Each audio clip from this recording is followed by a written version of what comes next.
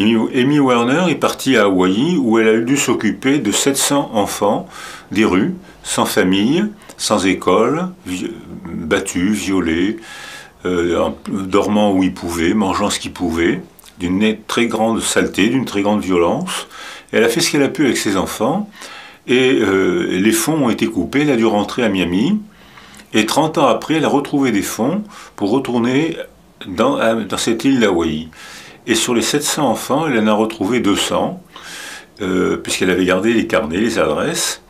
Et ces 200 enfants, 72% s'étaient développés comme on avait pu le craindre, c'est-à-dire très mal, violents, débiles, ne comprenant rien. Et surprise, 28% s'étaient bien développés, avaient appris à lire et à écrire sans école, et avaient appris un métier, et avaient fondé une famille. Et quand elle avait interrogé ses enfants, ses adultes, ces jeunes adultes, et quand elle leur avait fait passer des tests, elle s'était rendue compte qu'ils n'étaient pas plus troublés que le reste de la population.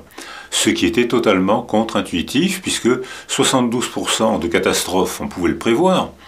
mais 28% de bon développement, alors ça c'était difficile à prévoir. C'est-à-dire que ce travail de représentation de la blessure est déjà un travail de maîtrise de ce qui nous est arrivé. Et quand on travaille avec les soldats, puisque actuellement l'armée française est engagée en Afghanistan et sur la côte des Somalies, on se rend compte que les soldats qui peuvent parler après ou écrire, même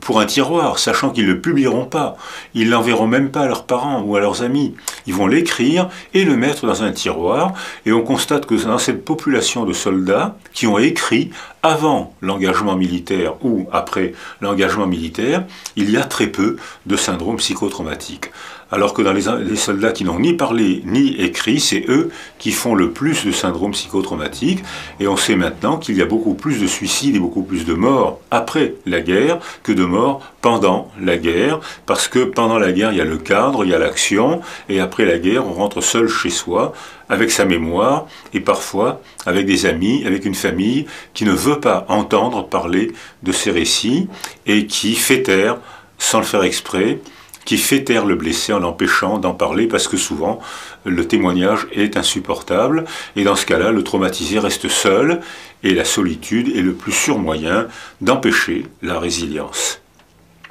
L'art joue un rôle majeur dans la résilience, d'une part comme je viens de le dire, c'est-à-dire qu'un enfant qui ne sait pas parler peut dessiner,